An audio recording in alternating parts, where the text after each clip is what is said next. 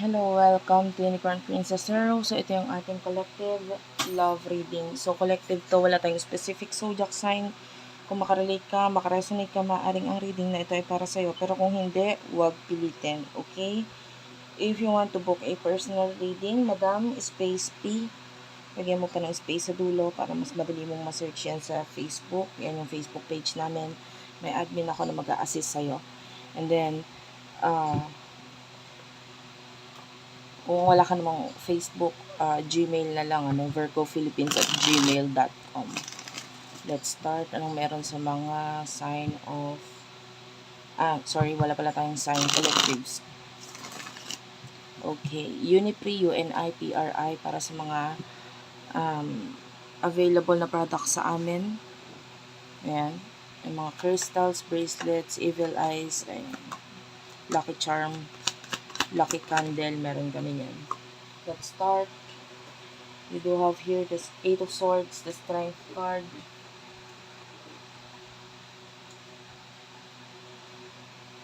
Okay. Ito yung main energy mo. Some of you, pwedeng currently you are stuck in a situation with the Strength card. Stuck ka, pero yung situation mo, I feel like it's another relationship. Maybe with someone na very younger than you, or kung hindi, medyo nakikita natin medyo nagiging mas matibay or mas malakas yung connection mo with this person, nakakonect mo na, kaya lang stuck ka, no?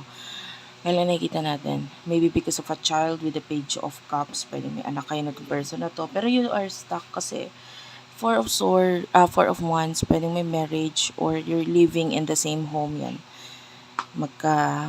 Nasa isang bahay lang kayo, and maybe there's a child na involved dito. And I feel like you're dealing with another person, with the world. Ito, may pagkakalayo with another person dito. So, you could be dealing with two people. Kaya lang yung isa with the Eight of Swords, pwedeng hindi mo nakikita eye to eye or walang communication or connection. Yung iba walang, pwede may pagkakalayo. Okay? Yeah, I can see marriage dito. So, who is this person that you're dealing with? Pwede kang makarelate, pwedeng hindi. Pag hindi, huwag pipilit. Pa-comment na lang dyan sa baba, guys. Kahit heart lang. Person nakakonect mo. Okay, the person that you're dealing with, you do have here the Nine of Swords. Nine of Cups. Ano ba yan? Nalilito ako. Nine of Wands. Yan, mali-mali yun nasabi ko, no? Nine of Wands and Nine of Cups. Aries, Leo, Sagittarius, Cancer, Scorpio, Pisces. So, nakikita natin ito na may mga challenges pagdating sa connection mo with this person. Yeah, Nine of Cups, nagpapakita ito as maraming options. So, meron kang mga options or marami kang options pagdating sa love ngayon. Or marami kang kakonect. Could be a new person or a person with a death card. So, pwedeng may ending or separation sa inyo nitong new person. But, I feel like for now, nagkakaroon ka ng awakening. No, with regards sa kung sino or ano ba ang dapat mong piliin dito sa dalawang to. Both of the connection is nakikita natin. And I'm seeing a best friend kind of energy. Parang importante sa'yo. Emosyon ninyo sa isa't isa.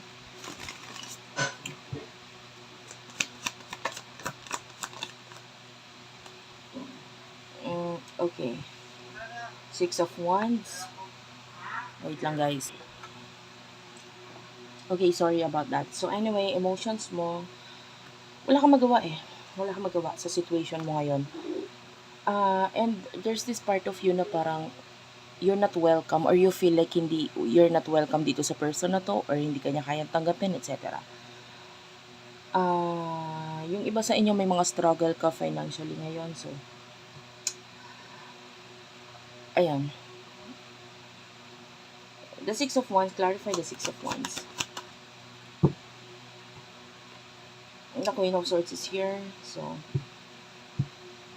tinatry mo maging matalino in a way. I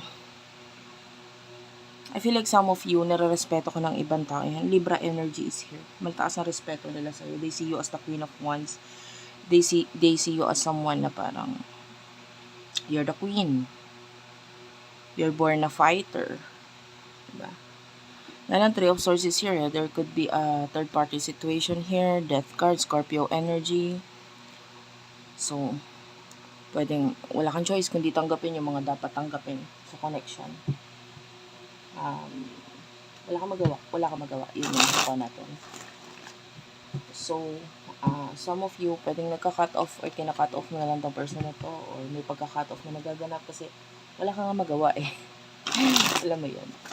Emotional person ito for you.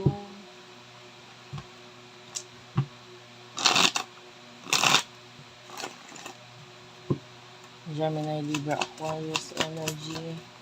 Pasensya ka na kung gumagalaw yung camera pagka nagsishake. Nagsishake siya pagka nagsishuffle ako. Ayan, the moon, this is all about secret. So, there's secret here dito sa person na to. Maaring sinisikreto niya yung emotion niya, nasasaktan siya. 10 of Swords, the 6 of Pentacles. Pareho lang kayo. The 6 of Pentacles is like balance yan. Nakikita natin yung weighing scale dito. So, balance, ibig sabihin pareho kayo. No? Pareho kayo ng kung ano yung nararamdaman nyo sa isa't isa ngayon. This person is currently thinking about the future. Iniisip niya yung future niya. The Hierophant is here. So, this could be a karmic person or kumbaga pareho kayo ng lesson na dapat matutunan sa isa't isa. So, both of you, no, na mag-struggle dito sa connection na to kasi parang pareho kayong walang magawa.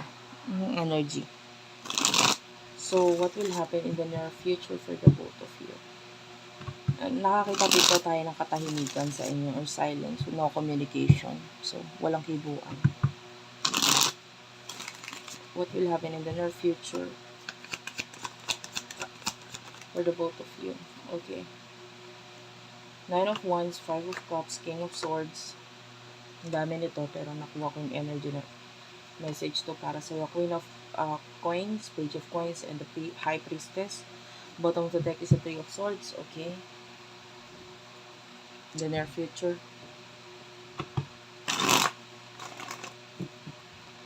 In the near future. Okay.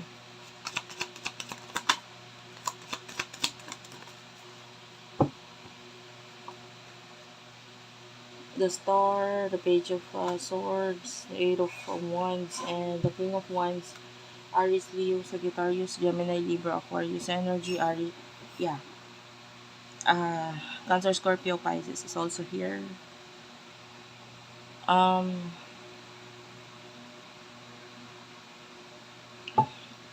In the near future, unfortunately, nakakita tayo dito ng sadness. Kasi may mga challenges para sa'yo in the near future, so be ready. 3 of Swords, a lot of heartbreak pagdating sa relationship, marriage, etc. The High Priestess is here. I can see na medyo magkakaroon ka ng advancement pagdating sa spirituality. Marami kang mauungkat na misteryo or whatever. Or yung iba sa inyo, mas more on mas more on spiritual growth ang ma-experience mo. And of course, pag nagkaroon ka ng spiritual growth, part of you is you need to face your shadow side. So, in the near future, pwede may mga kakaharapin ka which is that is your shadow side. Parte ng nakaraan mo na parang malungkot or masakit. Pero you need to face this. Queen of Coins and the Page of Coins. And I can see money here. I can see stability. Growth pagdating sa children. The King of Wands, ito yung person na kakonect mo in the near future.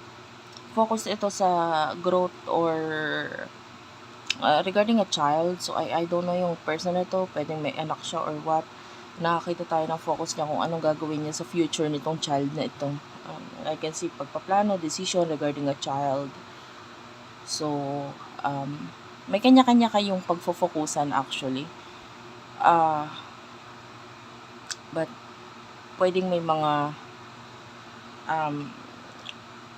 sadness or kalungkutan pagdating sa side mo because yung iba professional, may kinalaman sa iyong profession, career, etc. Anong dapat gawin dito? Anong advice?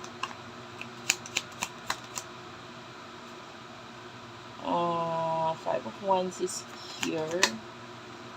May mga challenges talaga eh. ko yung kinuha, masyadong marami yung card na lumabas.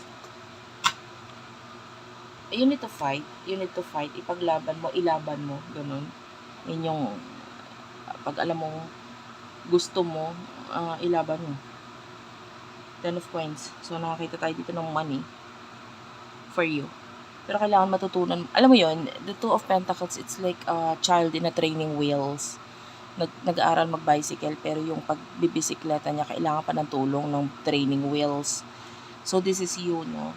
Financially, pwedeng hindi ka pa ganun ka stable or kaayos ba yung direction. Pwedeng may mga bagay kang aaralan sa pagdating sa iyong career, pagdating sa iyong stability, but you should keep on fighting.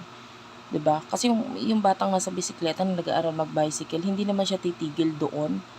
Of course, 'di ba? Itutuloy niya 'yun hanggang matuto siya, and that is what I can see here. Para in order for you na maging mas mahusay or mas magaling ka pagdating sa larangan na tinahak mo pagdating sa money, kailangan talaga may mga times na matutumba ka, may mga times na hindi mo alam kung tama ba yung ginagawa mo, 'di ba? But you should keep on fighting. You should keep moving forward. Hindi pwedeng paatras. Hindi pwedeng paatras, hindi pwedeng i-stop. Kasi pag in-stop mo, hindi ka matututo, hindi ka gagaling, 'di ba? Wala kang mapapala, hindi ka makakapunta doon sa gusto mong puntahan. 'Di ba? So, yun lang yun. So, that's it for now. Thank you for watching. I love you all, guys. If you want to book a personal reading, Madam, space P, space Pasadulo. Ayan. And I love you all. And bye-bye.